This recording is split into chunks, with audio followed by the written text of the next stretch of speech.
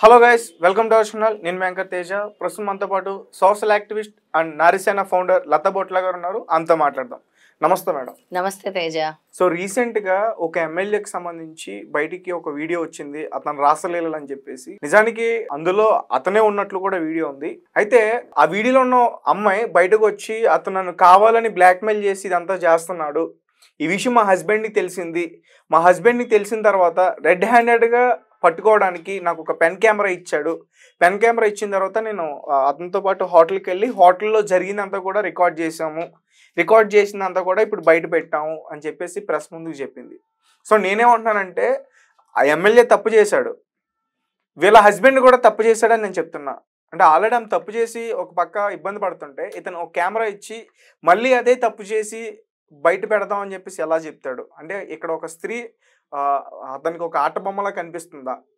So ఇది నా question, మీరేం చెప్తారు? ఇందులో ముగ్గురు తప్పు చేసినట్టుగా నాకు అనిపిస్తుంది తేజ. ఇది ప్రీ ప్లాన్డ్ ట్రాప్ అని నాకు అనిపిస్తుంది. ఎలాగానంటే ఒక అమ్మాయికి ఇష్టం లేకపోతే అది చేస్తే బలాత్కారం అంటారు. కానీ ఇక్కడ ఆల్రెడీ 3-4 సార్లు కలిశారు అని చెప్తున్నారు చాలా స్పష్టంగా. ఆ 3-4 సార్లు ఈ అమ్మాయి ఇష్టం లేకుండా ఎందుకు వెళ్ళి కలిసింది? అక్కడ ఒక పాయింట్ రేజ్ చేయాలి కదా. ఈ అమ్మాయి ఇష్టం లేకుండా వెళ్ళి కలవకూడదు కదా. ఇష్టం లేకుండా ఎందుకు కలిసింది అమ్మాయి? ఆయన బలవంతంగా ఇచ్చేస్తే అప్పుడే ఆమె డిఫెండ్ చేయొచ్చు కదా, బయటకు వచ్చి చెప్పొచ్చు కదా మీడియా ముందుకి. మరి ఆ 4 సార్లు ఎందుకు ప్రోత్సహించింది? అంటే నేను ఒక నారీసేన ఫౌండర్ అయినా, ఎంత మహిళలకు సపోర్ట్ ఇచ్చినా తప్పుగానే మనం ఖండిస్తాం ఇక్కడ చాలా క్లియర్ గా. అని అంటే నీకు ఇష్టం లేనప్పుడు ఆ రోజే నువ్వు వచ్చి చెప్పాల్సింది. నెక్స్ట్ ఇక్కడ ఇంకొక పెద్ద తప్పు అంటే ఆ హస్బెండ్ అనే క్యారెక్టర్ ఎవరైతే ఉన్నాడో ఆయన ఒక సీక్రెట్ కెమెరా ఇవ్వటము చాలా తప్పు.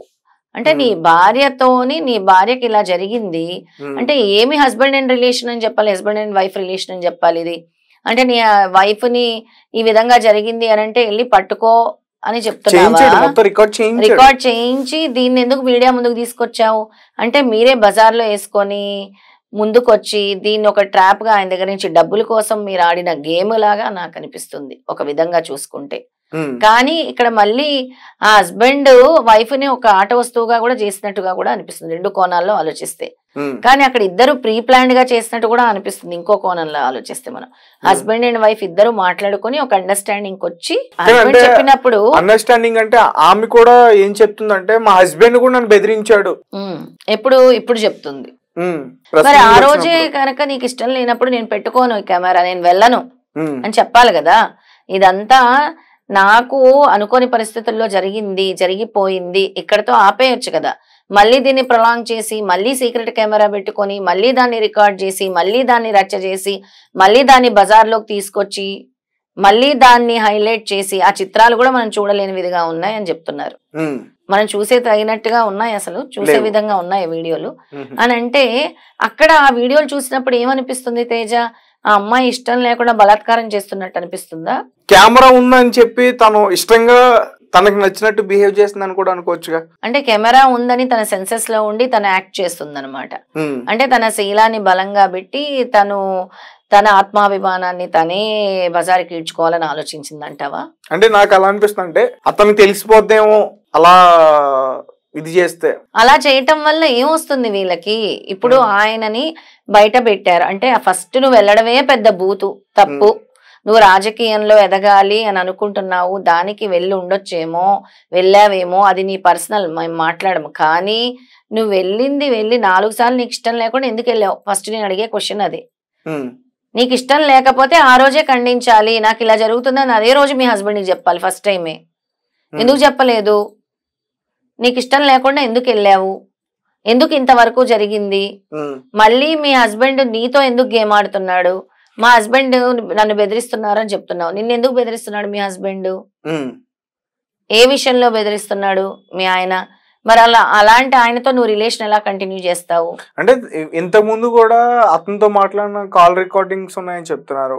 అంటే మరి అవి తీసుకెళ్లి ముందు కంప్లైంట్ పెట్టినా అతన్ని ఈజీగా అరెస్ట్ చేసే ఛాన్సెస్ ఉంటాయి కదా. ఒక కాల్ రికార్డింగే నువ్వు ప్రీ ప్లాన్డ్ గా కాల్ రికార్డింగ్ చేసుకున్నావు అని అంటే నీకేదో జరుగుతుందని తెలుసు కదా. కాల్ ఎందుకు రికార్డ్ చేసుకున్నావు? ఇప్పుడు కాల్ రికార్డ్ చేసుకున్నది అమ్మాయినా? ఈ అమ్మాయి కాల్ రికార్డ్ చేసి పెట్టుకుందా? మరి ముందు నువ్వు ఏదో అక్కడ తప్పు జరుగుతుంది కాబట్టి నువ్వు ప్లాన్ గా కాల్ రికార్డ్ చేసి పెట్టుకున్నావు కదా. ఆ కాల్ రికార్డింగ్ చేసుకున్నావు అని అంటే నీకు అక్కడ మిస్టేక్ అని తెలుస్తుంది కదా, క్లియర్ గా చాలా స్పష్టంగా తెలుస్తుంది కదా. అసలు ఇదంతా కూడా ప్రతి ప్రొఫెషన్ లో కూడా ఇది ఒక ఫ్యాషన్ అయిపోయింది తేజ. అంటే ఒక ట్రాప్ అని చెప్పొచ్చు ఇది. దీన్ని అంటే డబ్బుల కోసం ఈ భార్యాభర్తలు ఆడుతున్న ఒక నాటకం అని చెప్పొచ్చు. సరే మేడం, ఇప్పుడు ట్రాప్ అని ఒప్పుకున్నారు కాబట్టి హస్బెండ్ రోల్ పక్కన పెడతా. ఇప్పుడు నేను ఎవరైతే ఆ స్త్రీ ఉన్నారో ఆవిడ గురించి మాట్లాడతా. ఇప్పుడు మనం బయట సమాజంలో చాలా చూస్తున్నాం, వాళ్ళ పట్ల ఎంత చాలా మంది అంటే దాడి చేస్తున్నారు, అగత్యాలకు పాల్పడుతున్నారు. కోల్కతాలో ఘోరాతి ఘోరమైన సంఘటన చూసాం మనం. అసలు ఒక డ్యూటీలో ఉండే ఆవిడ, అంటే డ్యూటీలో ఉండి ఒక డాక్టర్ చదువుతున్న అమ్మాయిని ఎంత ఘోరంగా చేశారు అనేది చాలా బాధాకరమైన విషయం. సో ఇలాంటివి జరుగుతున్నాయి. దీని గురించి మన సమాజమే ఫైట్ చేస్తుంది, ఎవరో కాదు, మన సమాజమే ఫైట్ చేస్తుంది, నిలదీస్తుంది, ప్రశ్నిస్తుంది. మరి ఈమె విషయంలో మరి ఒక స్త్రీ ఇలా చేసింది కాబట్టి ఆ స్త్రీని సమర్థించాలా, తిట్టాలా? అసలు డబ్బుల కోసం మరి అట్లా చేయడం తప్పు కదా. ఎవరు సమర్థించరు ఇలాంటి స్త్రీలని. నేను ఒక నారీసేన ఫౌండర్ గా చెప్తున్నాను, ఇలాంటి స్త్రీలను ఎందుకు సమర్థిస్తారు అంటే నువ్వు రాజకీయంలో ఎదగాలనుకుని తప్పు చేసావా, లేదా ఆయన మీద మక్కువతో తప్పు చేసావా, లేదా ప్రీ ప్లాన్డ్ గా ఇది ఒక ట్రాప్ కని చేశారా, మీ ఆలోచన విధానం ఎలా ఉందో మాకైతే తెలియదు. కానీ మీరు మీడియా ముందుకు వచ్చేసారు, ఇవన్నీ వీడియోలు లీక్ చేశారు. ఆ వీడియోలు చూడటానికి చాలా ఘోరంగా అసభ్యకరంగా ఉన్నాయి. అంటే మీరు ఇప్పుడు ఉండే యువతకి ఏం మెసేజ్ ఇవ్వబోతున్నారు, మీ పిల్లలకి మీరు ఎలాంటి మెసేజ్ ఇవ్వబోతారు?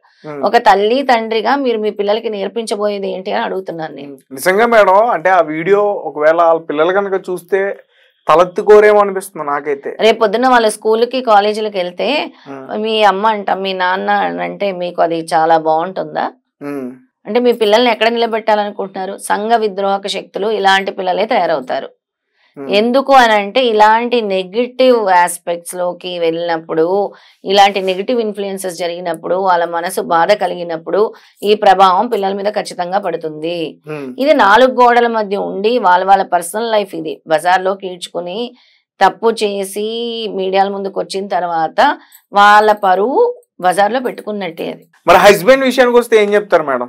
హస్బెండ్ అప్పటికప్పుడు దాన్ని స్టాప్ చేయాలి. నిజంగా ఒక భర్త గనక నిజంగా భార్యను ప్రేమించి ఉంటే ఇది ఎందుకు జరిగింది, ఇక్కడికి ఎందుకు జరిగింది, సరే అని ఇక్కడికి స్టాప్ చేసే. మీరేమంటారు? స్టాప్ చేయాలని చెప్తారు. స్టాప్ చేయాలని చెప్తారు. కానీ సమాజం హస్బెండ్ చేసింది కరెక్ట్ అని చెప్తుంది. ఎందుకు ముళ్ళుని ముళ్ళుతోనే తీయాలంట. ముళ్ళుతో ఏ సమాజం చెప్తుంది? ఇప్పుడు దీనికి సంబంధించి చాలా వీడియోలు వచ్చాయి, చాలా మంది దీని గురించి విశ్లేషణ ఇచ్చారు, నేను కూడా ఇచ్చాను. సో నేను అందరు కామెంట్స్ చూసా, అసలు ఎలా రెస్పాండ్ అవుతున్నారు దీనికి సంబంధించి. అంటే డైరెక్ట్ గా ఒక వీడియో వచ్చేసింది బయటికి, అందులో చాలా మందికి ఫార్వర్డ్ అయిపోయింది. ఇలాంటి రియాలిటీ ముళ్ళుని ముళ్ళుతో తీయాలి, కరెక్టే. అంటే నీ శీలాన్ని అమ్ముకోమని చెప్తున్నాడా మగాయన? అంటే చెప్తున్నాను, నీ భర్త నీ శీలాన్ని పబ్లిక్ కి చూపించుకో అని చెప్తున్నాడా? ఏ భర్త? ఇప్పుడు అదే చెప్పింది ఆమె.